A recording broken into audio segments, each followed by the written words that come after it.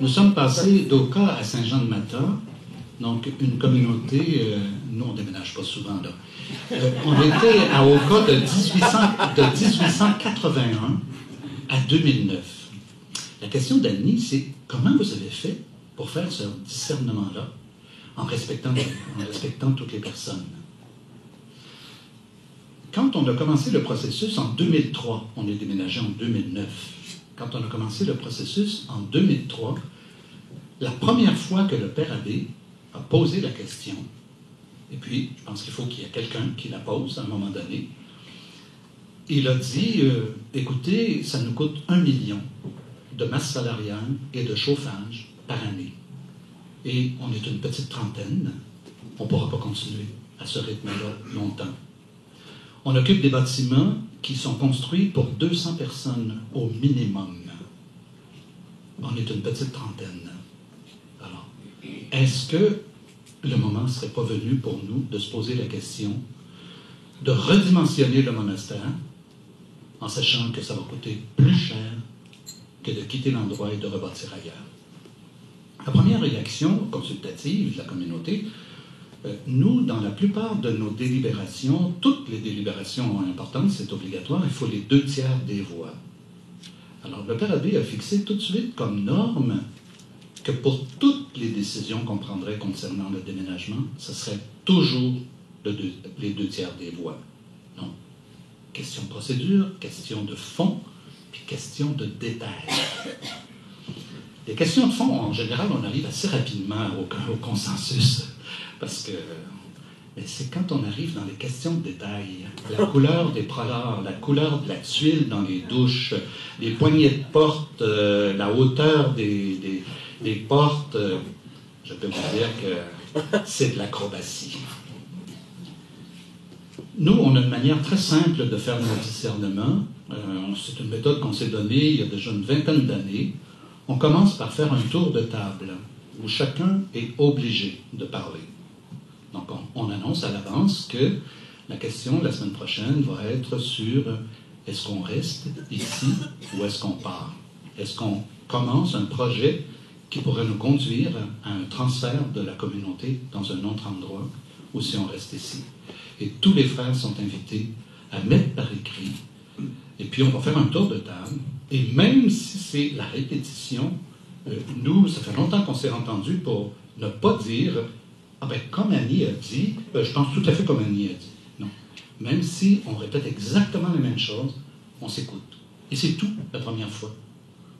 On ne fait que s'écouter. Pas d'argumentaire. Il n'y a pas d'argumentaire, il n'y a pas de discussion, et le père abbé n'intervient pas.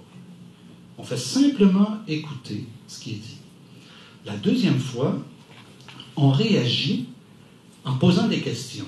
Peux-tu m'expliquer un petit peu plus pourquoi tu aimerais qu'on fasse le déménagement à ce moment-ci? Donc là, on questionne les positions.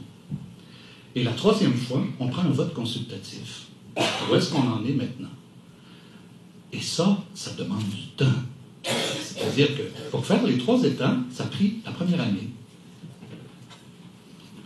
Comme chez nous dans nos entreprises. On va pas vite. On ne peut pas aller vite sur des questions aussi importantes que ça. Hein? Donc, ça a pris la première année. On est passé de la moitié de la communauté à l'unanimité. Alors, pour arriver à l'unanimité dans notre genre de vie, ça a été, dans toute ma vie monastique, j'ai 37 ans de monastère, c'était la seule fois où on a voté quelque chose à l'unanimité. Parce que sur les poignées de porte, ça a pris les 2/3, puis ça a pris 5 fois pour arriver aux 2/3. Quand on est dans le détail, c'est d'autres choses. Et puis, on peut respecter ça aussi dans le détail.